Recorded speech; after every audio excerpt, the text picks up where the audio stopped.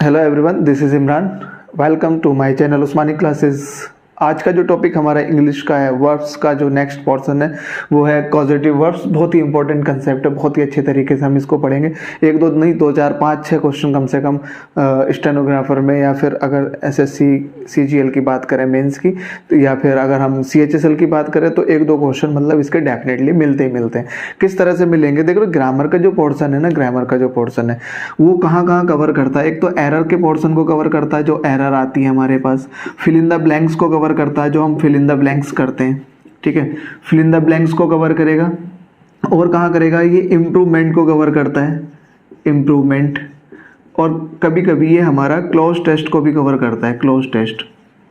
ठीक है, cloze test में भी कभी कभी हमारे ये पूछ लिए आते हैं। तो ये ग्रामर का जो पोर्शन हमारा कवर करता है वो एरर, जो एरर आते हैं, फिल इन द ब्लैंक्स और इम्प्रूवमेंट और क्लोज टेस्ट, ये 4 पोर्शन को कवर करता है। क्लोज बाकी के जो बचे हमारे एक्टिव पैसिव वो तो इसमें ही आए गए हैं हमारे पास। फिर पैसेज बचते हैं।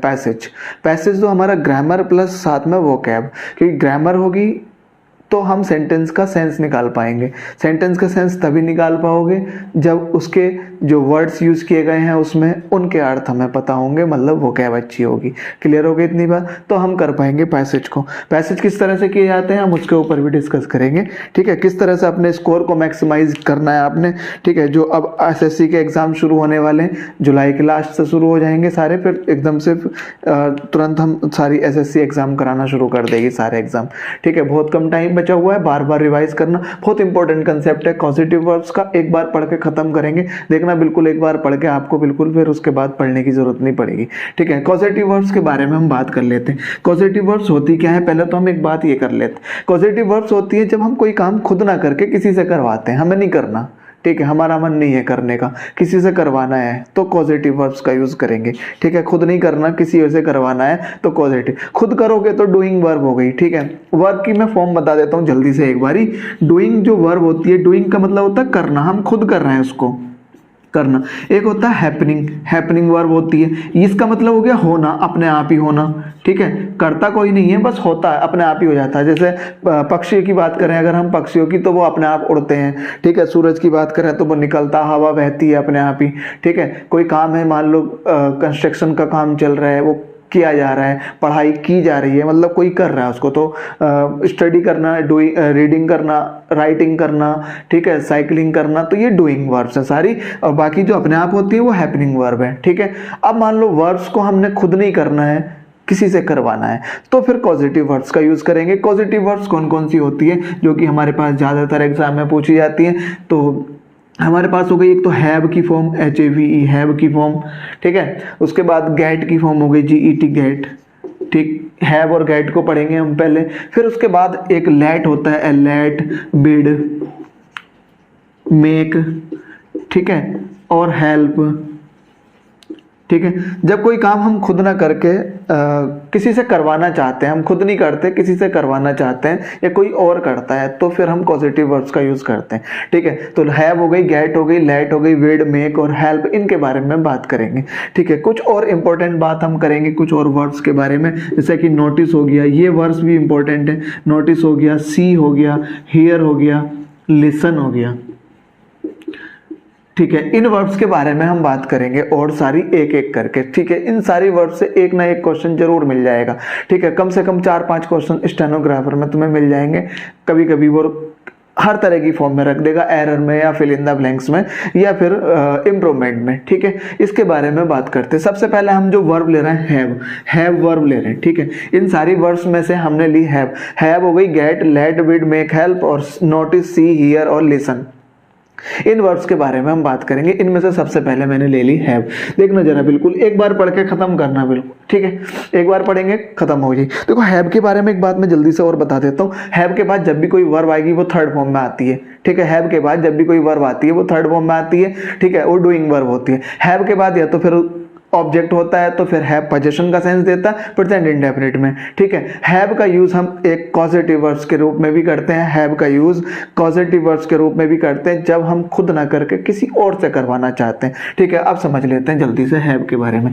देखो जरा हैव के बारे में कैसे पता लगेगा कि ये पॉजिटिव वर्ब्स है, इसके बारे में पता ले लेते हैं जल्दी से। हैव के बारे में, और हैव के बाद ऑब्जेक्ट होगा, ठीक है, ऑब्जेक्ट हैव के बारे में बाद में क्या होगा, ऑब्जेक्ट होगा। ऑब्जेक्ट मैंने तुम्हें बताया था या तो नाउन होता है या प्रोनाउन होता है। यहाँ पे मैं लिख देता हूँ ऑब्जेक्ट होगा या तो नाउन होगा इसके बाद में या फिर वो प्रोनाउन होगा। हैव के बाद में ऑब्जेक्ट होगा या तो वो नाउन होगा या प्रोनाउन होगा, ठीक है। अब ये देखना जरा, ये जो ऑब्जेक्ट है, ठीक है, ये जो ऑब्जेक्ट है, ये ऑब्जेक्ट के बारे में थोड़ी सी और इंफॉर्मेशन लिख देते हैं। मैं इसको हटा देता हूँ। थोड़ी सी और इंफॉर्मेशन क्या है, ये जो ऑब्जेक्ट है दो तरह का हो सकता है, तीन तरह का। एक तो लिविंग बीइंग और एक दो तरह का हो सकता है, लिविंग बीइंग, ठीक है। लिविंग बीइंग मतलब जिंदा आदमी, ठीक है, लिविंग बीइंग मतलब जिंदा, ठीक है, जीवित, सजीव बोल सकते हैं। यहाँ पे मैं सजीव लिख दूँ, ठीक है, सजीव हो गया। और दूसरा फिर नॉन लिविंग बीइंग हो सकता है, नॉन लिविंग, ठीक है, निर्जीव। इतना तो पता ही होगा, नॉन लिविंग बीइंग का मतलब निर्जीव। ये मैंने यहाँ लिख दिया नॉन लिविंग बीइंग और यहाँ पे लिख दिया हमने निर्जीव, ठीक है। एक भी क्वेश्चन गलत नहीं होगा, ना ही तुम उसको गलत करके आओगे, देखना तुम बिल्कुल डेफिनेटली एक बार पढ़ के खत्म करना है इस बात को। सारे टॉपिक हम जितने ही पढ़ रहे हैं एक बार में ही खत्म करो उनको, समझ के सारी चीजें अच्छी हैं। हैव के बाद ऑब्जेक्ट है, ऑब्जेक्ट दो तरह का, लिविंग बीइंग हो सकता है या फिर हो सकता है नॉन लिविंग बीइंग, यानी कि सजीव या फिर निर्जीव। अब लिविंग बीइंग में भी दो कंडीशन आ गई, ठीक है। लिविंग बीइंग में दो कंडीशन क्या है, लिविंग बीइंग में एक कंडीशन ये है कि वो डूअर होगा, डूअर मतलब करता, खुद करेगा, ठीक है, खुद करेगा, अभी समझेंगे इस बात को। या फिर वो नॉन डूअर होगा, यानी कि जो नहीं करेगा, ठीक है। अभी क्या मतलब है इसका अभी समझेंगे। अब नॉन लिविंग की बात करें तो भैया ये तो नॉन डूअर है, ये तो कर ही नहीं सकता।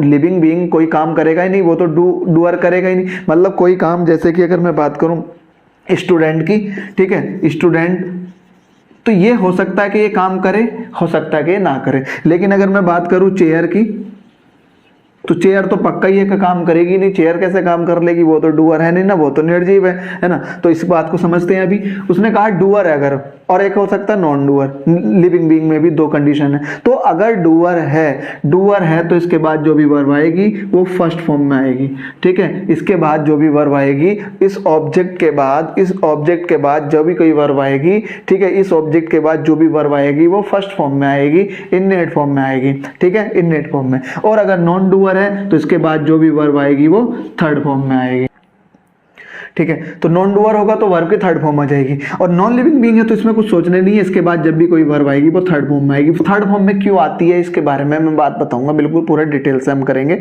ठीक है। अभी फिलहाल इतनी बात समझ रहे हैं। हैव के बाद ऑब्जेक्ट है, ऑब्जेक्ट देखना, चेक करना है लिविंग बीइंग है कि नॉन लिविंग बीइंग है। नॉन लिविंग बीइंग है तो कुछ सोचना नहीं है, वर्ब थर्ड फॉर्म में आएगी। लिविंग बीइंग है तो एक चीज देखनी है कि वो खुद कर रहा है कि नहीं कर रहा है। खुद कर रहा है तो वर्ब की फर्स्ट फॉर्म, खुद नहीं कर रहा है तो वर्ब की थर्ड फॉर्म। ऐसा क्यों होता है कि वर्ब की फर्स्ट फॉर्म आ रही है और वर्ब की थर्ड फॉर्म आ रही है? इनको हम पढ़ेंगे डिटेल से जब हमारी क्लास शुरू हो जाएंगी। 1 जुलाई से हम क्लास शुरू कर रहे हैं अपनी ठाकर द्वारे में, है ना। सभी बच्चे जितने भी जो भी इंटरेस्टेड हो, जो सीपीओ स्टेनोग्राफर की तैयारी कर रहे हो, करना चाह रहे हो, ठीक है, प्रैक्टिस बैच प्रैक्टिस करना चाह रहे हो, जिन्होंने पढ़ लिया हो या इम्प्रूव करना चाह रहे हो अपनी इंग्लिश को, तो 1 जुलाई से हम शुरू करेंगे, ठीक है, अपनी सारी क्लास, ठीक है। जो भी इंटरेस्टेड हो वो कांटेक्ट कर सकते हैं हमारे नंबर पर, मैं लिंक में डिस्क्रिप्शन में दे दूंगा, ठीक है। चलो आगे चलते हैं। हैव के बाद ऑब्जेक्ट, ऑब्जेक्ट अगर लिविंग बीइंग है, जल्दी से हम एक बार चेक करते हैं। हैव के बाद ऑब्जेक्ट है, लिविंग बीइंग है, डूअर है, वर्ब की फर्स्ट फॉर्म, अदरवाइज तो वर्ब की थर्ड फॉर्म। थर्ड फॉर्म क्यों आती है वर्ब की, ये हम बाद में बात करेंगे, ठीक है। वर्ब की थर्ड फॉर्म फिर भी मैं बता देता हूँ एक बार, इसलिए आती है क्योंकि वर्ब की third form passive meaning convey करती है। पैसिव मीनिंग कन्वे करती है वर्ब की थर्ड फॉर्म, पैसिव, ठीक है। एक्टिव पैसिव का क्या मतलब है, एक्टिव की क्यों जरूरत पड़ी, पैसिव की क्यों जरूरत पड़ी, है ना, इसके बारे में भी हम बात करेंगे पूरा डिटेल से। अभी फिलहाल इतना समझ रहे हैं कि वर्ब की थर्ड फॉर्म इसलिए आती है क्योंकि वो पैसिव मीनिंग कन्वे करता है, ठीक है। वो खुद काम नहीं करता, कोई और करता, जो काम खुद खुद नहीं करता कोई और करता है तो फिर वो पैसिव मीनिंग होता है। ठीक है, अब आगे बात करते हैं। हैव के बाद ऑब्जेक्ट, ये हमने चेक कर लिया। ठीक है, इतनी बात समझ ले। एक बार जल्दी से मैं बता देता हूँ, हैव के बाद ऑब्जेक्ट, ऑब्जेक्ट को चेक करते हैं लिविंग बीइंग है कि नॉन लिविंग बीइंग है। नॉन लिविंग बीइंग है यानी कि निर्जीव है तो वर्ब की थर्ड फॉर्म। सजीव है तो सजीव में भी एक चीज और चेक कर लो कि वो खुद कर रहा है कि नहीं कर रहा है। खुद कर रहा है तो वर्ब की फर्स्ट फॉर्म, खुद नहीं कर रहा है तो वर्ब की थर्ड फॉर्म। क्लियर हो गई इतनी बात? ये हैव का कंसेप्ट है। इसी के साथ साथ मैं गेट का और लिख देता हूँ, गेट का कंसेप्ट। ठीक है, गेट की अगर हम बात करें यहाँ पे गेट की, गेट अगर आ जाए तो गेट के बाद same object living being check करेंगे, non living being verb third form. Living being में एक कंडीशन और आ जाती है, बस वहां पे वर्ब की फर्स्ट फॉर्म ना आके टू प्लस वर्ब की फर्स्ट फॉर्म आती है। ऐसा क्यों होता है? टू प्लस वर्ब की फर्स्ट फॉर्म गेट के साथ करते हैं और हैव के साथ हम वर्ब की फर्स्ट फॉर्म करते हैं। ऐसा क्यों करते हैं ये हम क्लास में पूरा डिटेल से पढ़ेंगे। अभी फिलहाल बस इतना समझना है एग्जाम के पॉइंट्स ऑफ व्यू से। आपने सिर्फ इतनी बात समझनी है एग्जाम में कि गेट के बाद ऑब्जेक्ट तो लिविंग बीइंग है, अगर लिविंग बीइंग में डूअर है तो टू प्लस वर्ब की फर्स्ट फॉर्म, डूअर नहीं है तो वर्ब की थर्ड फॉर्म। इतनी बात ध्यान रखनी है, पूरा डिटेल में हम क्लास में पढ़ेंगे कि ऐसा क्यों होता है कि टू प्लस वर्ब की फर्स्ट फॉर्म लगाई, उसके साथ हमने वर्ब की फर्स्ट फॉर्म। हर एक पूरा मैथमेटिकल है। ठीक है, उसके पीछे एक रीजन है ऐसा क्यों हुआ है। ठीक है, चलो मैं इसको हटा देता हूं। इतनी बात समझ आ गई, जल्दी से मैं एक बार रिवाइज करा देता हूं। ठीक है, वर्ड पे देखना, हैव के बाद ऑब्जेक्ट, ऑब्जेक्ट चेक करेंगे हम। ऑब्जेक्ट लिविंग बीइंग है कि नॉन लिविंग बीइंग है? नॉन लिविंग बीइंग है तो छोड़ो एक तरफ को, वर्ब की थर्ड फॉर्म। यही गेट के साथ भी है, गेट के बाद object living, non living being verb की थर्ड फॉर्म, काम खत्म हो गया। हैव के बाद ऑब्जेक्ट लिविंग बीइंग, गेट के बाद ऑब्जेक्ट लिविंग बीइंग, इसकी चेक कर रहे हैं हम। लिविंग बीइंग में अगर हैव के बाद डूअर है तो वर्ब की फर्स्ट फॉर्म, डूअर नहीं है तो वर्ब की थर्ड फॉर्म। और बस गेट में इतना चेंज करना, टू प्लस वर्ब की फर्स्ट फॉर्म है। अब जल्दी से क्वेश्चन देख लेते हैं, उससे और बेहतर ये बात समझ में आ जाएगी। ठीक है, चाहो तो आप स्क्रीनशॉट ले लेना, पिछले वाले का भी और इस वाले का भी। ठीक है, पॉज करके आप अपने आप से स्क्रीनशॉट ले सकते हो। बिल्कुल बहुत इंपॉर्टेंट कंसेप्ट है, बहुत ही ज्यादा है। इसके अलावा तुम्हें और कुछ करने की जरूरत नहीं पड़ेगी। पॉजिटिव वर्ब्स का एक भी क्वेश्चन गलत नहीं होगा, ना ही आप गलत करके आओगे, देखते ही आंसर टिक करोगे। ठीक है, अब मैं इसको हटा देता हूं।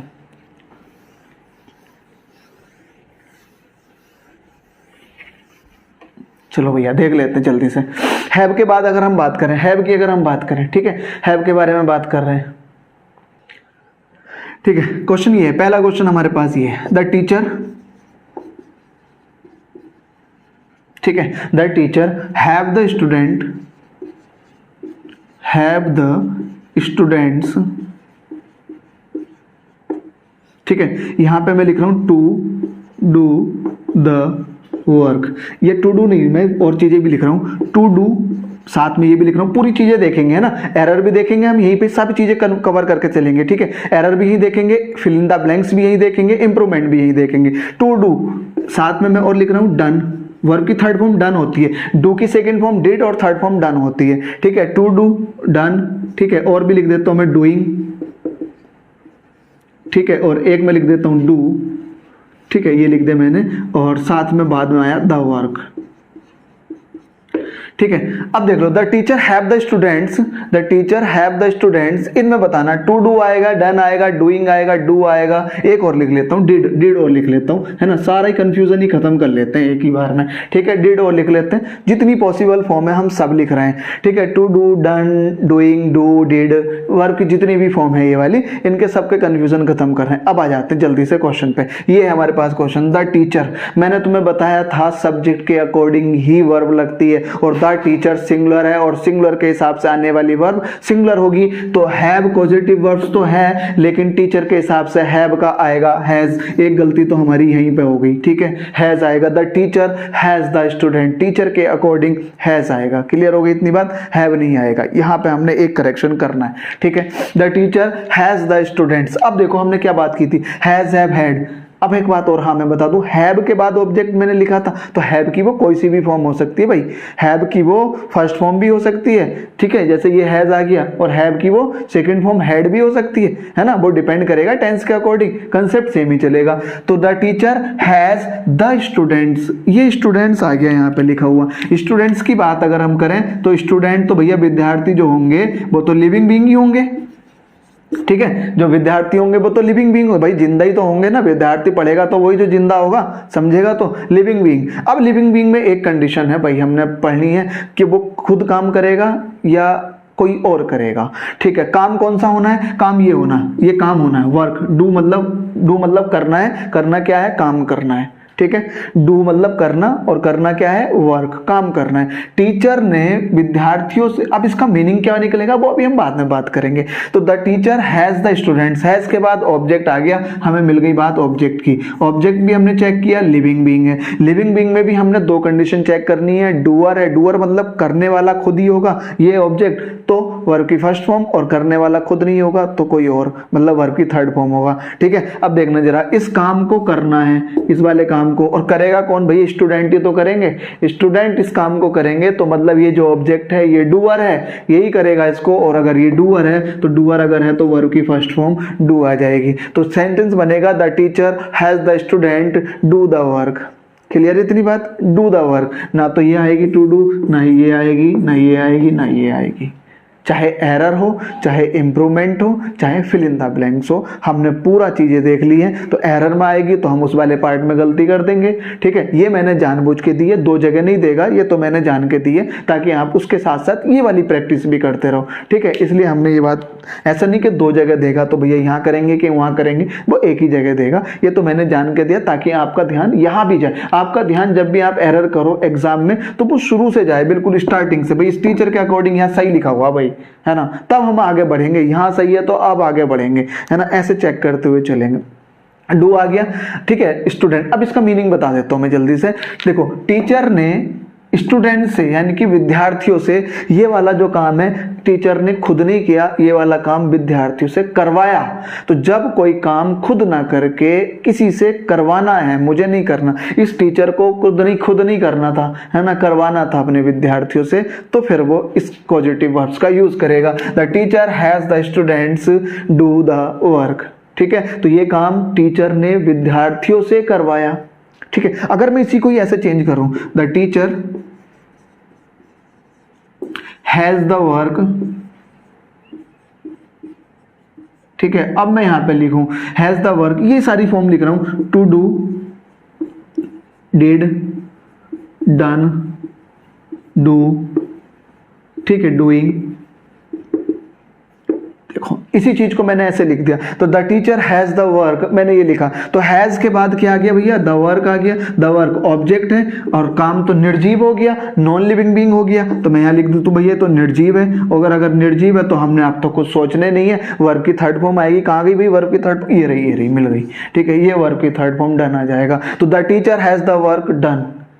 ठीक है, टीचर ने काम करवाया। ठीक है, तो पैसिव मीनिंग कन्वे करता है। अब मैं बता देता हूं तुम्हें, ये वर्ब की थर्ड फॉर्म जो है ये पैसिव मीनिंग कन्वे करता है। ठीक है, तो टीचर ने यानी कि टीचर ने जो काम था वो करवाया। यहां टीचर ने विद्यार्थियों से काम करवाया। यहां किससे करवाया पता नहीं है, किससे करवाया। ठीक है, यहां पे कह सकता है why his servant, why his daughter, why his son. ठीक है, वाई हिज स्टूडेंट्स, कुछ भी कह सकता है, वो किसी से भी करवाया। ठीक है, अब इतनी बात समझ आ गई होगी भैया। हैज हैव के बाद अगर ऑब्जेक्ट होता है और वो निर्जीव है तो इसके बाद जो भी वर्ब आएगी वो थर्ड फॉर्म आएगी। क्लियर हो गई इतनी बात। एक दो क्वेश्चन में जल्दी से, ये तो मैंने पूरा डिटेल समझा दिया तुम्हें, अगले 3-4 क्वेश्चन डायरेक्ट आंसर करेंगे बिल्कुल एकदम से। ठीक है, तैयार हो गए बिल्कुल। ठीक है, ये क्वेश्चन ये जल्दी से हम करेंगे।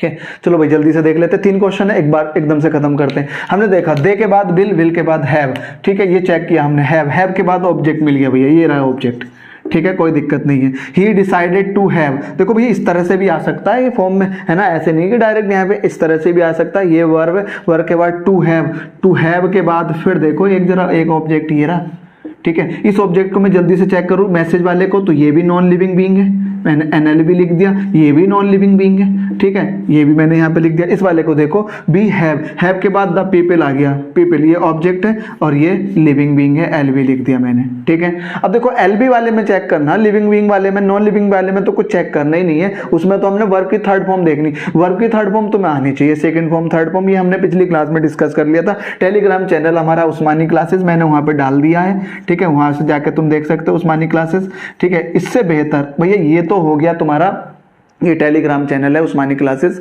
ठीक है। इससे बेहतर यही है आप इन सब चीज़ों की PDF कलेक्ट ना करके इनकी हार्ड कॉपी ले लो, ठीक है, क्योंकि पढ़ने के लिए तो हार्ड कॉपी बेहतर होती है, आंखों पे इफेक्ट इतना नहीं पड़ता है, ठीक है, नहीं तो फिर सर में दर्द करेगा, पता नहीं कहाँ कहाँ दर्द करेगा, ठीक है। तो इससे अच्छा है तो यही है कि आप कोई किताब उठा लो, हाई स्कूल इंटर की या किसी भी कॉम्पिटिटिव एग्जाम की, ठीक है, उसमें वर्ड्स जरूर दे रखी होंगी, वहाँ से पढ़ो उन सब चीज़ों को। फिर भी मैंने यहाँ पे उस्मानी क्लासेस जो हम पढ़ रहे हैं, ठीक है, इस टेलीग्राम पे मैंने वो डाल दी है, अगर चाहो तो आप वहां से देख सकते हो, ठीक है, कुछ चीजें वहां पे जरूर नहीं मिलेंगी। अब जल्दी से देख लेते हैं, हमें वर्ब की सेकंड फॉर्म थर्ड फॉर्म ये पता होनी चाहिए। सेंड वर्ब की सेकंड फॉर्म होती है, सेंड इसकी वर्ब की फर्स्ट फॉर्म होती है सेंड, और सेंड इसकी सेकंड फॉर्म थर्ड फॉर्म होती है, ठीक है। तो अब यहाँ पे जल्दी से चेक कर लेते हैं, सेंड वर्ब की फर्स्ट फॉर्म, ये तो फर्स्ट फॉर्म हो गई, ये हमारे पास थर्ड फॉर्म है, और ये तो इन्फिनिटिव फॉर्म है भैया, ये आप जरा समझ लो, इन्फिनिटिव, ठीक है। टू प्लस वर्ब की फर्स्ट फॉर्म जो होता है, यहां समझ लो भाई जरा, टू प्लस वर्ब की फर्स्ट फॉर्म ये इन्फिनिटिव कहलाता है, इन्फिनिटिव, ठीक है, एक नया वर्ड है, जिसको ये नहीं पता हो वो सीख सकते हैं। टू प्लस वर्ब की फर्स्ट फॉर्म इन्फिनिटिव कहलाता है, क्लियर हो गई इतनी बात, तो वो इन्फिनिटिव फॉर्म है।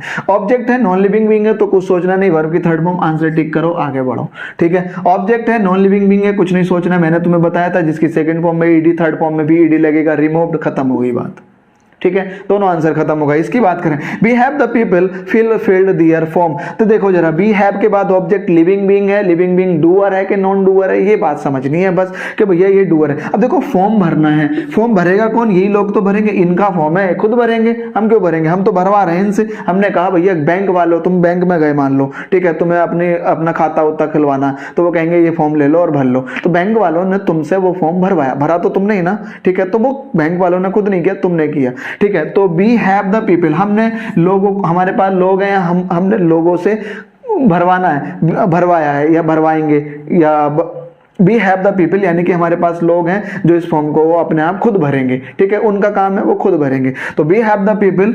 अब ये फॉर्म भरने का काम इन लोगों का खुद का है, तो ये खुद करेंगे, और ये लिविंग बीइंग है, लिविंग बीइंग में भी ये डूअर है, और डूअर है तो वर्ब की फर्स्ट फॉर्म हमने बात की थी, तो फिर इसका आंसर आ गया, क्लियर हो गई बात। अब देखो जरा, हमने दोनों कंडीशन पढ़ ली, लिविंग बीइंग डूअर और नॉन लिविंग बीइंग। अब हमने ये नहीं पढ़ा लिविंग बीइंग नॉन डूअर वाली, अब एक बात ये भी कर लेते हैं जल्दी से, ठीक है, एक क्वेश्चन में जल्दी से लिख देता हूं, जो लिविंग बीइंग है नॉन डूअर है, ठीक है, यहां से ये बात समझ में आ जाएगी। गेट के बारे में भी सेम ही कंसेप्ट है, गेट के बारे में भी जो हमने पढ़ी बात वो भी सेम कंसेप्ट। जैसे एक क्वेश्चन लिख देता हूं, आई हैव हिम या आई विल हैव हिम, ऐसे लिखूंगा, I will have him, I will have, लिख दूं यहां पे, this thief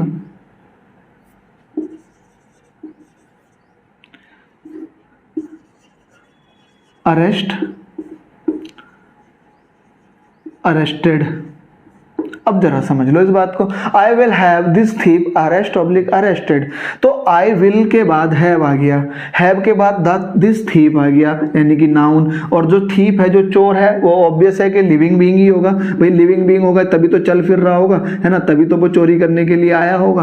अब लेकिन एक बात समझने की ये है कि ये जो वर्ब है अरेस्ट करने का काम तो ये खुद नहीं करेगा ना, थीप को तो अरेस्ट करवाया जाए, खुद थोड़ी करेगा, चोर थोड़ी अरेस्ट करेगा, इसको तो पुलिस अरेस्ट करेगी, तो ये है तो लिविंग बीइंग, लेकिन इस वर्ब को करने वाला नहीं है ये, इस वर्ब को तो कोई और ही करेगा, ठीक है, इस वर्ब को कोई और ही करेगा, इसको ये नहीं करेगा। है तो ये लिविंग बीइंग, लेकिन इसको जो अरेस्ट करने का काम है थीप को करेगा, इसको ये खुद नहीं करेगा। तो ये लिविंग बीइंग तो है, लेकिन लिविंग बीइंग में ये नॉन डूअर है, ये काम नहीं करेगा। काम कौन सा वाला भैया? ये वाला काम अगर ये खुद करता, अगर मैं हाँ यहां लिखता आई हैव द पुलिस, अब यहां पे अरेस्ट करने का काम तो पुलिस करेगी। एक क्वेश्चन जल्दी से लिख देता हूं, I will have the police. अब यहां पे मैं एक और लिख देता हूं, अरेस्ट ऑब्लिक अरेस्टेड।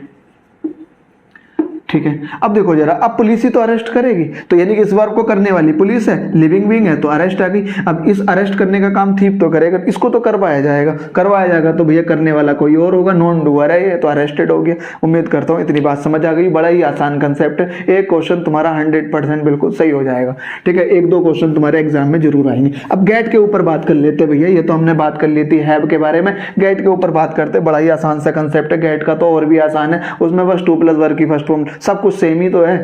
हैव पढ़ लिया तो गेट भी पढ़ लिया, समझ लो। बस गेट में तुमने टू और लगा देना, खत्म हो गई बात। अब जैसे कि question, I have my servant, have नहीं लिख रहा हूं, गेट लिख रहा हूं। I get my servant washed to wash my clothes। ठीक है, I get my servant washed to wash my clothes. अब देखना जरा ध्यान से, कपड़े धोने का गेट के बाद ऑब्जेक्ट मिल गया भैया, सर्वेंट आ गया ना, ऑब्जेक्ट मिल गया, और ऑब्जेक्ट तो सर्वेंट लिविंग बीइंग होगा भाई, लिविंग बीइंग होगा। ठीक है, जिंदा होगा, ये वाला सजीव होगा। ठीक है, लिविंग बीइंग होगा। आई गेट माई सर्वेंट, ठीक हो गई बात, इतनी कोई दिक्कत यहां तक नहीं है। आई गेट माई सर्वेंट, ठीक है, लिविंग बीइंग है, गेट के बाद ऑब्जेक्ट आ गया, लिविंग बीइंग है। अब कपड़े धोने का काम भैया, ये मेरा नौकर है और मैं इससे कपड़े धुलवाऊंगा, मेरे काम को ये करेगा, मैंने नहीं करना, इस सर्वेंट ने करना है। ठीक है, तो जब कोई काम हम खुद ना करके किसी से करवाते हैं तब हम यूज करते हैं कॉजेटिव वर्ब्स का। अब यहाँ पे गेट की अगर हम बात करें तो गेट के बाद ऑब्जेक्ट है और कपड़े धोने का काम भी यही करेगा, और ये डूअर है, और अगर डूअर है तो गेट के बाद टू प्लस वर्ब की फर्स्ट फॉर्म ये रही। क्लियर हो गई इतनी बात? ठीक है, एक और क्वेश्चन लिख देता हूं, आई गॉट द कल्प्रिट मतलब दोषी होता भैया। आई got the culprit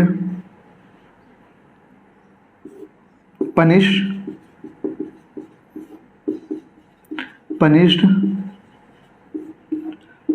to punish। देखो टू के बाद हमेशा और हमेशा वर्ब की फर्स्ट फॉर्म आएगी, ये बात समझना।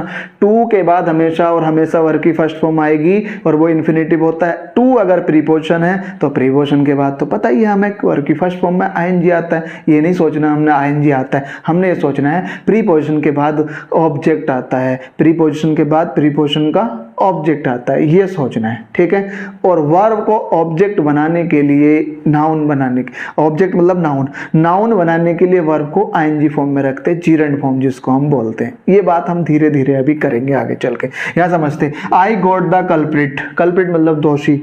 ठीक है, पनिश। अब देखो भैया, दोषी जो है, ये जो भी दोषी होगा, कल्प्रिट, गोट के बाद ऑब्जेक्ट आया और ऑब्जेक्ट लिविंग बीइंग है बिल्कुल। कल्प्रिट जो भी है, वो दोषी जो भी होगा, वो जिंदा तो होगा, लिविंग बीइंग तो होगा, है ना। I got the culprit punished to punish. अब देखो जरा ध्यान से, कल्प्रिट मतलब दोषी, तो जो भी दोषी होगा तो वो पनिश करेगा कि उसको करवाया जाएगा पनिश। ये इस पनिश करने का काम, सजा देने का काम इस कल्प्रिट को होगा। ये थोड़ी सजा दे, कल्प्रिट दोषी थोड़ी सजा देगा, दोषी को तो सजा दी जाती है ना।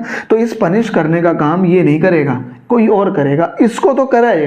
ये रिसीवर ऑफ द एक्शन है। सुनो अब जरा बात, रिसीवर ऑफ द एक्शन है ये, डूअर ऑफ द एक्शन नहीं। Doer of the action active voice, receiver of the action passive voice. खत्म हो गई बात, लो अब एक्टिव पैसिव भी खत्म हो गए।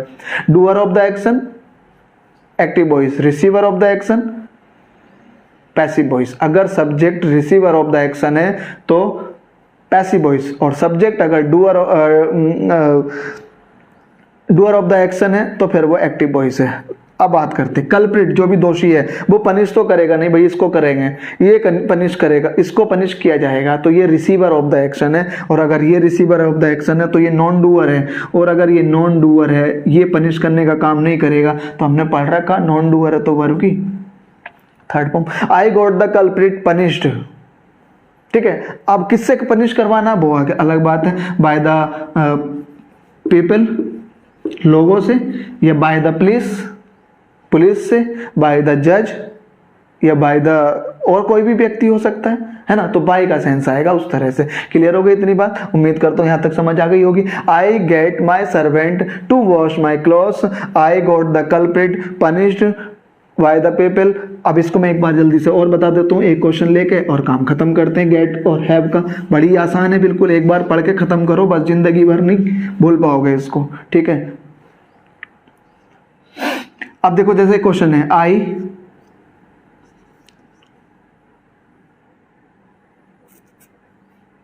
गेट माई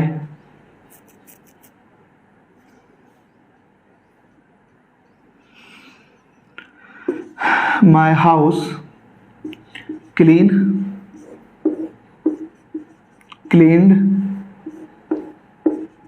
टू क्लीन, ठीक है। I get my house cleaned और टू क्लीन, ये बात कर लेते हैं जल्दी से हम। तो गेट के बाद तो भैया माई हाउस आ गया, मेरा घर, और मेरा घर थोड़ी कुछ करेगा, वो तो नॉन लिविंग बीइंग है, निर्जीव है, तो ये रहा भाई निर्जीव। गेट के बाद हैव के बाद ऑब्जेक्ट अगर निर्जीव होगा तो कुछ भी ना सोचना भैया, वर्ब की थर्ड फॉर्म कहाँ गई, ये रही वर्ब की थर्ड फॉर्म। वर्ब की फर्स्ट फॉर्म में ईडी अगर लग जाता है तो सेकंड फॉर्म बनती है, और जिसकी सेकंड फॉर्म में ईडी है तो थर्ड फॉर्म में भी डेफिनेटली ही ईडी होगा, तो ये रही क्लीन्ड। खत्म हो गई बात इतनी सी। एक बार जल्दी से मैं रिवाइज कर देता हूँ, हैव और गेट के बारे में इतनी बात समझ आ गई, मैं इसको हटा देता हूँ, ठीक है, और एक बार रिवाइज करता हूँ। देखो भाई जल्दी से देख लो, गेट और हैव के बारे में। हैव के बाद ऑब्जेक्ट देखो जल्दी से, ऑब्जेक्ट कैसा, गेट और हैव दोनों के बाद ऑब्जेक्ट देखो, ऑब्जेक्ट कैसा, नॉन लिविंग बीइंग, तो कुछ नहीं सोचना, वर्ब की थर्ड फॉर्म, ठीक है। हैव के बाद लिविंग बीइंग ऑब्जेक्ट अगर है तो लिविंग बीइंग में हमने दो बातें देखनी है, खुद करेगा तो हैव के बाद वर्ब की फर्स्ट फॉर्म, गेट के बाद टू प्लस वर्ब की फर्स्ट फॉर्म, इतनी आ जाएगी बस, ठीक है। और अगर नॉन डूअर होगा, खुद नहीं करेगा, कोई और करेगा, तो फिर कुछ सोचना नहीं है, गेट हो चाहे हैव हो, वर्ब की थर्ड फॉर्म। वर्ब की थर्ड फॉर्म दो कंडीशन में, चाहे लिविंग बीइंग हो, नॉन लिविंग बीइंग हो तो वर्ब की थर्ड फॉर्म, लिविंग बीइंग और नॉन डूअर हो तो भी वर्ब की थर्ड फॉर्म, बस। उसके बाद डूअर में देखना एक बार, हैव में वर्ब की फर्स्ट फॉर्म और गेट में टू प्लस वर्ब की फर्स्ट फॉर्म आ जाएगी, सिंपल, खत्म हो गई बात, लो जी, ठीक है। चलो आगे देख लेते हैं जल्दी से। ये तो हमने गेट और हैव के बारे में बात कर ली, खत्म हो गई। एक भी क्वेश्चन तुम्हारा गलत ना होगा ऐसे, अगर तुम पढ़ोगे सही करके तो, ठीक है। अब हम बात करते हैं अगली जो हमारे पास वर्ब्स है इनके बारे में, ठीक है। अब हम बात करते हैं अगली जो वर्ब्स है हमारे पास, लेट, बिड, मेक और हेल्प के बारे में, ठीक है। लेट, बिड, मेक बड़ा ही इंपॉर्टेंट कंसेप्ट है यार, इससे तो बड़े सवाल आते हैं, एसएससी ना बड़े सारे सवाल इससे पूछता है, ठीक है, बहुत सारे सवाल इससे एसएससी पूछता है, ठीक है। लेट, बिड, मेक और हेल्प के बारे में बात कर लेते हैं भैया, बड़ा इंपॉर्टेंट कंसेप्ट है, एक दो क्वेश्चन तो इससे बस समझ लो आए गए। ये जितनी वर्ड्स हम पढ़ रहे हैं बड़ा ही इंपॉर्टेंट कंसेप्ट है, वर्ड्स का तो मेन इंपॉर्टेंट कंसेप्ट यही है। लेकिन अगर तुम स्टेनोग्राफी अभी जो 2019 का पेपर हुआ इसमें तो बड़े आसान से सवाल दे रखे उन्होंने, ठीक है, ऐसे ही करके दे देगा बच्चा, फिर भी पता नहीं क्यों नंबर नहीं आ रहे थे, क्यों नहीं आए आ पाए बच्चों के नंबर, पता नहीं क्या उन्होंने किया है, ठीक है। इसके बारे में हम बात करेंगे पूरा, जो स्टेनो 2020 देने वाला है, जो 2020 स्टेनो देने वाला है उसके बारे में मैं इंपॉर्टेंट बात बताऊंगा, किस तरह से आपने पेपर अटेम्प्ट करना है अपना, किस तरह से एग्जाम देना है। स्टेनो वालों की बात कर रहा हूं मैं, बिल्कुल ध्यान से, ठीक है। कितना भी पढ़ने के बाद अगर तुम सही से मैनेज नहीं कर पा रहे हो अपने एग्जाम को तो फिर बड़ी मुश्किल वाली बात है। 2 घंटे, वो 2 घंटे आपके लिए बहुत मैटर करते हैं। उस 2 घंटे में अगर जिसने बढ़िया से काम कर दिया, चाहे उसने पूरे साल भर कुछ ना पढ़ा हो, बस बढ़िया हो गया, और पूरी जिंदगी भर जिंदगी नहीं कह रहा हूँ, पूरे साल भर पढ़ा है और उस 2 घंटे में उसका दिवाला निकल गया तो बस वो खत्म हो गया, ठीक है। हताश नहीं होना, बात करेंगे इसके ऊपर, अभी जरा इसको खत्म कर लें। लेट, बिड, मेक, हेल्प हो गया, ठीक है। अब जल्दी से देख लो भैया, मैंने लेट के बारे में एक बात बताई थी, बड़ी इंपॉर्टेंट बात। लेट जो है ना, लेट मिलके बना हुआ अलाउ और टू से, अलाउ में टू मिलकर बना हुआ, तो लेट के जब मिलके ही अलाउ और टू से बना तो लेट के बाद कभी भी टू नहीं आएगा, बस ऐसा समझ लो। क्यों नहीं आएगा? क्योंकि लेट अलाउ और टू से मिलकर, अलाउ टू, लेट मी गो, मुझे जाने दो, या अलाउ मी टू गो, या तो ऐसे बोलो लेट मी गो, मुझे जाने दो, या फिर बोलो अलाउ मी, अब आएगा टू गो। अब अलाउ और टू मिलके लेट बना दिया हमने। भैया मुझे अलाउ और टू नहीं लिखना, मुझे तो उसकी जगह लेट लिखना, बस खत्म हो गई बात। तो ऐसे लिखोगे तो लेट मी गो, ऐसे लिखोगे तो अलाउ मी टू गो, मुझे जाने दो, लेट मी गो मुझे जाने दो, अलाउ मी टू गो मुझे जाने दो, दोनों का मीनिंग सेम ही हो गया। ठीक है, अब ये चीजें अगर तुम समझोगे ना, इन सब चीजों को समझोगे तो तुम्हारी अंडरस्टैंडिंग भी बढ़ेगी और तुम बोल भी पाओगे, है ना। इंग्लिश स्पीकिंग के लिए स्पीकिंग कोर्स करने चलेगा भाई 3000 रुपये में अमेरिकन में, 90 दिन में भाई तुम अंग्रेज बन जाओगे, ऐसा तो कुछ भी नहीं होगा, बिल्कुल भी नहीं होगा, है ना। ऐसे नहीं होता है, प्रैक्टिस से आती सारी चीजें। इन सब चीजों के ऊपर कमेंट, इसका मतलब तुम समझोगे लेट मी गो तो आगे के लिए बोलोगे भाई, अब तुम ये ना कहोगे मुझे जाने दो, अब तो तुम बोलोगे लेट मी गो, बस खत्म हो गई। आगे बात करते हैं, लेट मिलके बना हुआ है अलाउ और टू से, तो भैया इसके बाद तो जब ये मिलके ही बना हुआ है अलाउ और टू से, तो इसके बाद तो भाई कभी भी नहीं आएगा। ठीक है, कभी भी टू नहीं आएगा, लेट के बाद कभी भी टू नहीं आएगा। अब बात करते हैं बिड के बारे में। तो बिड जो है, अब बिड की मैंने तुम्हें दो मीनिंग बताए थे। एक बिड का मतलब होता है बोली लगाना, शर्त लगाना, और इसकी तीनों फॉर्म समान होती है। और एक बिड का मतलब होता है कमांड करना, आज्ञा देना। तो ये बिड जो है ना आज्ञा देने वाला है, कमांड करने वाला। कभी सोचो कि इसकी तीनों फॉर्म समान ही होगी, तो ये बिड जो है ना कमांड करने वाला है, आज्ञा देना। इसकी सेकेंड फॉर्म बेड होगी, बेड, BAD बेड, और थर्ड फॉर्म होगी बिडन।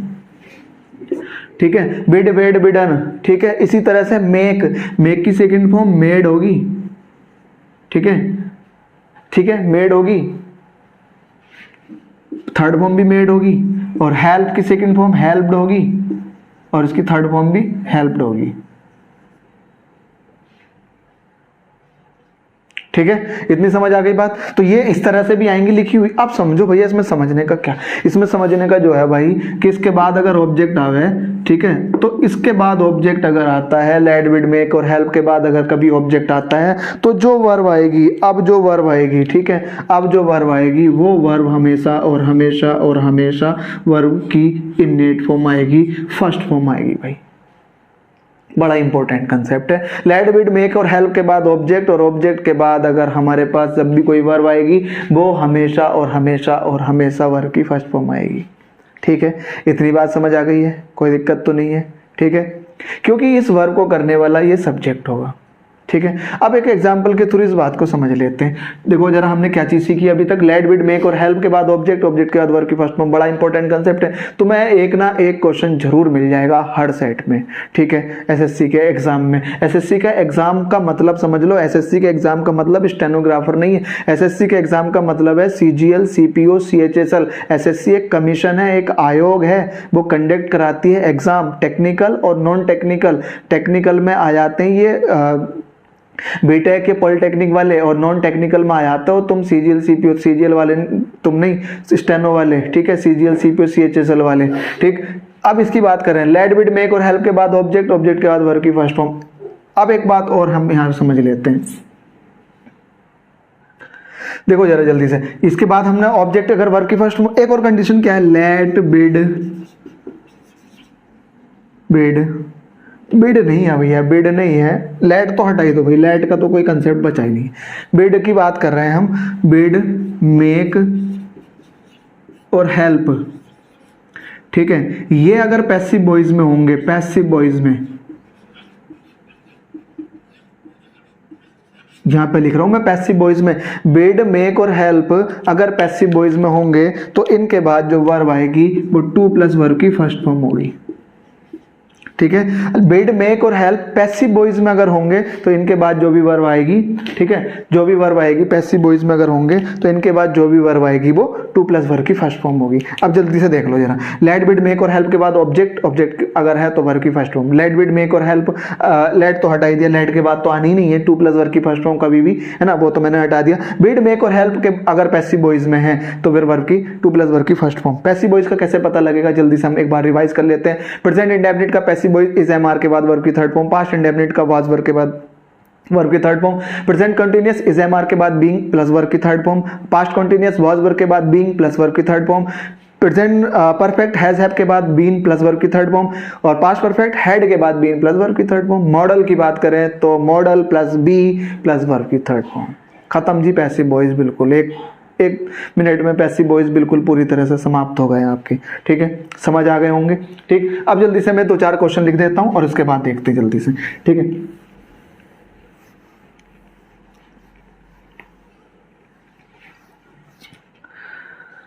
क्वेश्चन क्या है? ठीक है, क्वेश्चन क्या है?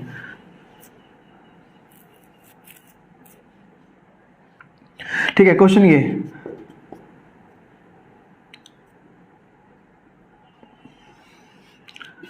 आई विल हटा दो, विल हटा दो, या आई विल लिख दो। आई विल मेक हिम, ठीक है, आई विल मेक हिम, ठीक है, मैं यहां लिख रहा हूं I will make him to wash, I will make him to wash. ठीक है, एक केवल वॉश है और एक मैं लिख रहा हूं वॉश्ड माई रूम। दूसरा question, I let him to played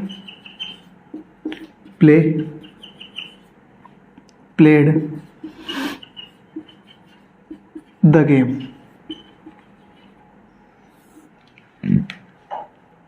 तीसरा question,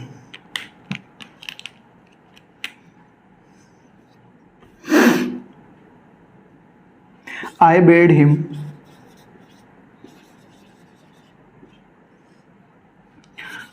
to follow, I bade him to follow, केवल फॉलो, फॉलोड द रूल्स। ठीक है,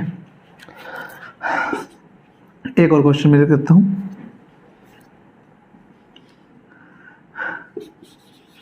दे have been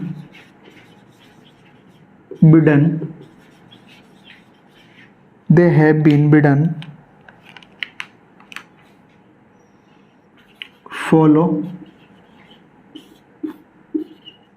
to follow the instructions।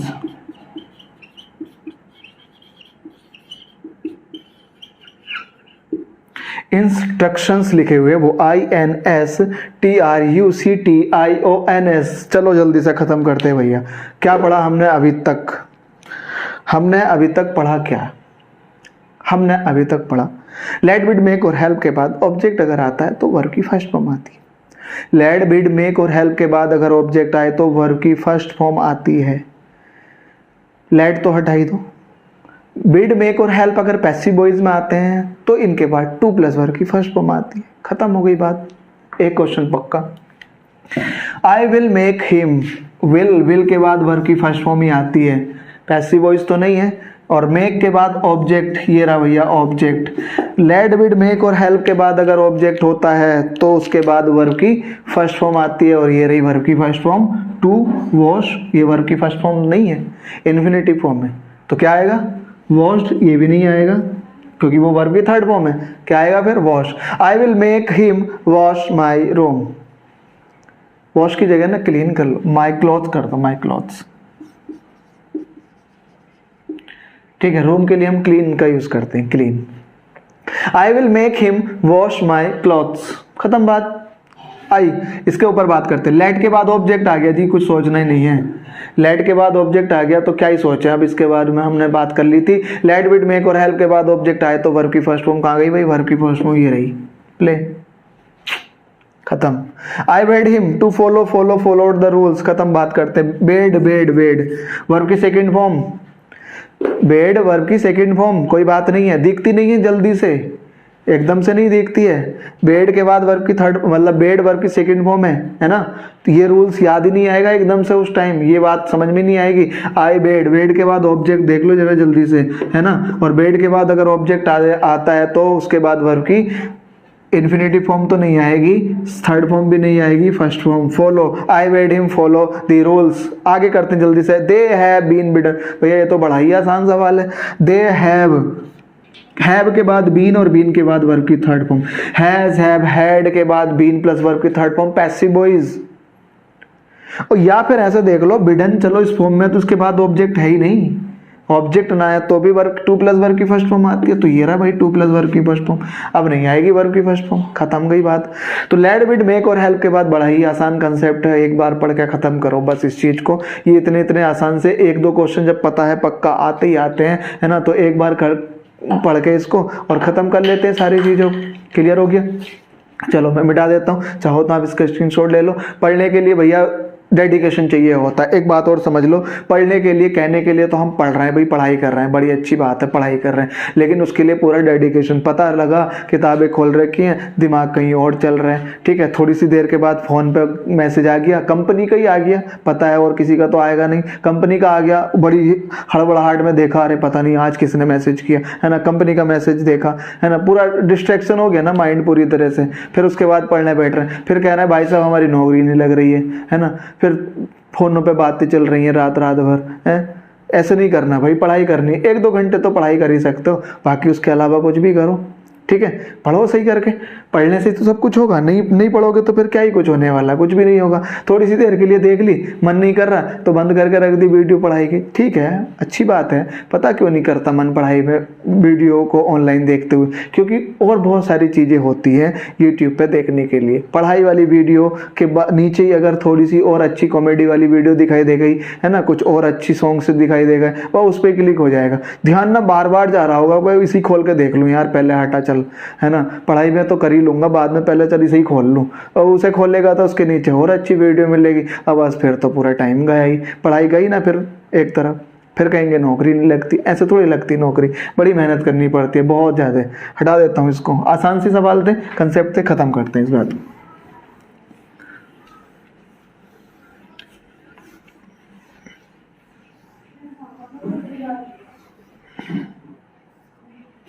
अगला हमारे पास है नोटिस, नोटिस करना, वॉच, हियर और सी, ठीक है, नोटिस, वॉच, हियर और सी, ठीक है, सी, ठीक है, नोटिस, वॉच, हियर और सी के बाद ऑब्जेक्ट, ऑब्जेक्ट, ये जो ऑब्जेक्ट है, इस ऑब्जेक्ट को, इस वाले ऑब्जेक्ट को नोटिस करना, वॉच करना, हियर करना या सी देखना, ठीक है, आई सॉ, ये सारी की सारी वर्ब ट्रांजिटिव है, ये वर्ब ट्रांजिटिव है। ट्रांजिटिव वर्ब क्या होती है? जिनका अपना ऑब्जेक्ट होता है, तो इनका ऑब्जेक्ट ये रहा। अब देखना, बड़े आराम से समझते हैं। इस कंसेप्ट को समझने के लिए हमने एक बात समझनी है कि वर्ब ट्रांजिटिव वर्ब होती है जिसका अपना ऑब्जेक्ट होता है, और ऑब्जेक्ट कैसे पता लगेगा? जो वर्ब व्हाट या होम का सेंस देगी वो ट्रांजिटिव वर्ब होगी, तो ये ट्रांजिटिव वर्ब है तो ये इसका ऑब्जेक्ट हो गया, ठीक है। अब इसके बाद जो भी कोई वर्ब आएगी, कोई भी वर्ब, अगर वर्ब की फर्स्ट फॉर्म आएगी या तो वर्ब की फर्स्ट फॉर्म आएगी, ठीक है, या फिर वर्ब की फर्स्ट फॉर्म में आईएनजी आएगा, ठीक है, आईएनजी आएगा। वर्ब की फर्स्ट फॉर्म शुरू से, ऐसे लिख रहे हैं अभी, बस शुरू से और बीच से, बस ऐसे लिख रहे हैं अभी समझने के लिए, शुरू से और बीच से, बस इतना लिख रहे हैं, शुरू से और बीच से, बस इतना लिख रहे हैं। नोटिस, वॉच, हियर और सी के बाद ये तो ट्रांजिटिव वर्ब है, ऑब्जेक्ट है, इन्हीं वर्ब के ऑब्जेक्ट है ये। और अगर शुरू से है तो वर्ब की फर्स्ट फॉर्म। अगर मैंने नोटिस किया या वॉच किया, देखा, हियर या सी किया, सुना या सी हुआ, देखा, सी का मतलब भी देखना होता है, वॉच का मतलब भी देखना होता है, सी का मतलब जनरली देखना होता है, वॉच का मतलब ध्यान से देखना होता है, ठीक है। अगर ऐसा हमने शुरू से किया है, ऐसा अगर हमने शुरू से किया, नोटिस शुरू से किया है या वॉच शुरू से किया है या हियर स्टार्टिंग से बिल्कुल एकदम, तो वर्ब की फर्स्ट फॉर्म। और अगर बीच से किया है तो आईएनजी फॉर्म। अब देख लेते हैं क्वेश्चन कैसे बनेगा। आई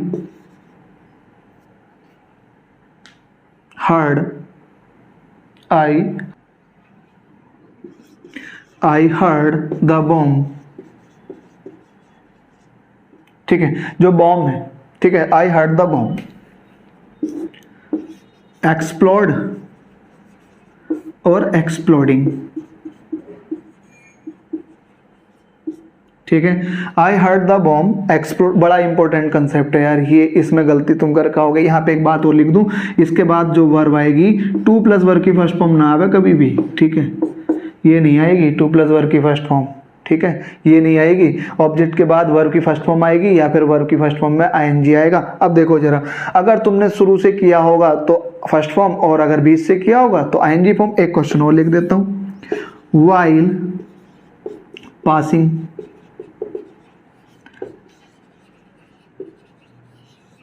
थ्रू द passage, passage मतलब रास्ते से, I saw her throw oblique throwing the stones, दामत लिखो चलो, throwing stones on the people। ठीक है, दो क्वेश्चन है, दोनों से समझ लेते हैं, बस सिंपल सा कंसेप्ट है। आई heard the bomb explode exploding. अब देखो जरा, बॉम्ब जब फटेगा तो ऐसा थोड़ा ही है बॉम्ब फटा, अब देखो बॉम्ब फटने में तो सेकेंडों का टाइम लगता है, थड़ाक से हो गया है ना, थोड़ा सा ही टाइम लगता है। अब ऐसा तो नहीं है कि एक सेकंड में से उसने जो शुरू वाली नैनो सेकंड है उसमें बॉम्ब फटा और बीच बीच में कहीं जाके उसको आवाज़ आई, ऐसा तो नहीं होगा ना। बॉम्ब की आवाज़ तो बिल्कुल शुरू से ही आएगी, है ना, स्टार्टिंग से ही आएगी। तो अगर शुरू से अगर होता है तो वर्ब की फर्स्ट फॉर्म, बीच में से अगर हम देखते हैं तो वर्ब की थर्ड फॉर्म। अब बॉम्ब का फटना ऐसा तो नहीं है कि बिल्कुल सुबह से फटना शुरू करा था उसने और शाम तक फटा और हमने दोपहर में सुना था, है ना, ऐसा तो होगा नहीं बिल्कुल भी, है ना। तो ऐसा तो बिल्कुल भी नहीं होगा, तो वर्ब की फर्स्ट फॉर्म आ जाएगी, क्योंकि बॉम्ब का फटना तो बिल्कुल एकदम से ही होगा, है ना, ये एकदम से होने वाली कंडीशन है हमारी, ठीक है। रुद्धोष्म प्रक्रिया सुनी होगी तुमने फिजिक्स में, रुद्धोष्म, है ना, टायर का फटना, है ना, सुना होगा फिजिक्स में कभी, 12th में अगर पढ़ी होगी तो। पता 12th क्या होता है? 12वां। कभी गए हो स्कूल 12th में? जाते तो कुछ समझ में आता। चलो खैर, आई heard the bomb explode oblique exploding, ठीक है, देख लेते हैं जल्दी से। अब देखो बॉम्ब का फटना तो शुरू से ही हुआ होगा भैया, और शुरू से देखा होगा तो ये रहा एक्सप्लोड, वर्ब की first form.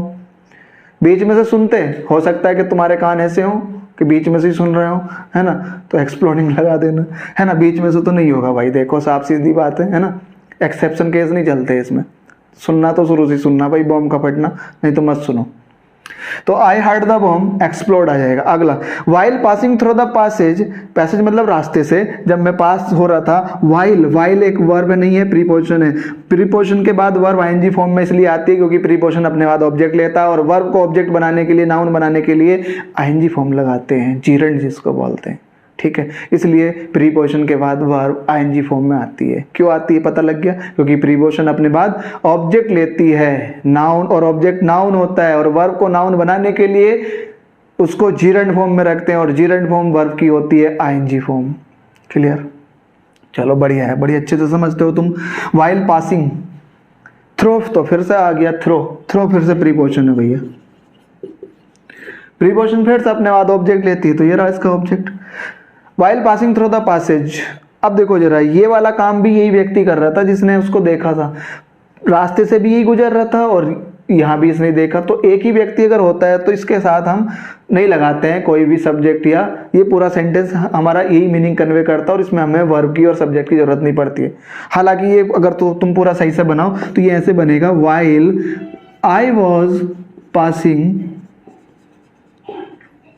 Through the passage, through the passage.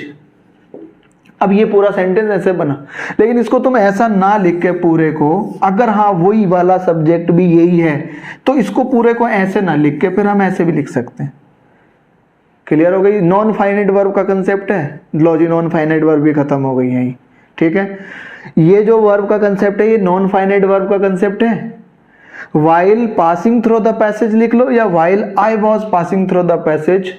तो अगर वही बात, अब देखो यही रास्ते से गुजर रहा था और ही इसने देखा, तो दोनों काम अगर से एक ही व्यक्ति करता है तो इसको पूरे को लिखने की जरूरत ना पड़ती है, ऐसे लिख लो बल, while passing through the passage, बस ऐसे लिख लो, खत्म बात, ठीक है। अब इसका मतलब ये, जब मैं रास्ते से गुजर रहा था तो मैंने क्या देखा? आई सो, मैंने देखा, किसे देखा भाई? हर।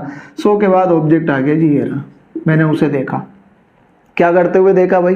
पत्थर फेंकते हुए। जब वो रास्ते से गुजर रहा था तो वो पत्थर फेंक रही थी लोगों के ऊपर। बावली, कोई बावली होगी, है ना, पत्थर फेंक रही होगी। अब उसने ऐसा तो ना है कि भाई इसके सामने ही पत्थर उठाया और फेंकना शुरू कर दिया, वो तो पहले से ही फेंक रही होगी। हो सकता है एक कंडीशन, ठीक है, हो सकता है एक कंडीशन ये हो सकती है कि वो पहले से फेंक रही हो, एक कंडीशन ये हो सकती है कि उसने तभी फेंका हो उसके सामने ही। तो जब हमें नहीं पता है कोई भी, तो हम यही मान के चलेंगे इसके साथ, ठीक है, कि हाँ उसने वो पहले से इस काम को कर रही थी, क्योंकि उसने ये बोल रखा कि जब मैं रास्ते से गुजर रहा था। तो जब मैं रास्ते से गुजर रहा था तो वो फेंक रही थी पत्थर। आई सो हर थ्रोइंग स्टोन्स, मैंने उसको देखा क्या करते हुए? थ्रोइंग स्टोन्स, पत्थर फेंकते हुए। ऑन द पीपल, लोगों पर, मैंने उसको देखा लोगों पर पत्थर फेंकते हुए। कब? जब मैं रास्ते से गुजर रहा था। इसने कहा आई हर्ड द बॉम्ब, मैंने सुना बॉम्ब को क्या एक्सप्लोड होते हुए। एक्सप्लोजन तो हमारा स्टार्टिंग से ही होता है ना, ऐसा तो वो बीच से नहीं होता। तो वर्ब की फर्स्ट फॉर्म।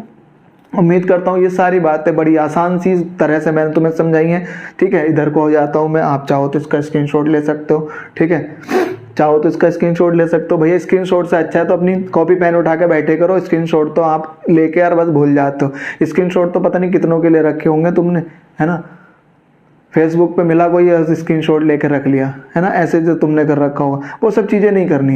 ये पढ़ना है तो पूरा अपनी कॉपी पेन उठा के और बैठो और उसको लिखो, नोट करो, बार बार देखो, एक दो बार और काम खत्म करो। बहुत ही आसान कंसेप्ट है, एक दो क्वेश्चन जरूर आते हैं, रटना मारना कुछ है नहीं इसमें बिल्कुल भी। इसका डिटेल पूरा जो एक्सप्लेनेशन है पूरा यही है, इससे ज़्यादा तो कुछ है नहीं बिल्कुल भी। इससे ज़्यादा एक भी क्वेश्चन नहीं आएगा, चाहे तुम आप प्रीवियस ईयर के उठा के देख लो बस, ठीक है। मैं सीजीएल का एग्जाम देता हूँ, मुझे तो कभी मिला नहीं है इसके अलावा कुछ भी और एक्स्ट्रा कंसेप्ट। क्लियर हो गया इतना? ठीक है, आज के लिए इतना ही। उम्मीद करता हूँ ये सारी बातें आपको बहुत अच्छे से समझ आ गई होंगी। एक दो बार वीडियो को नहीं, दो तीन बार देखना, दोस्तों के साथ शेयर करना अपने जरूर बिल्कुल, और चैनल को सब्सक्राइब करना और सीखते रहना, खुश रहना। चलो आज के लिए इतना ही।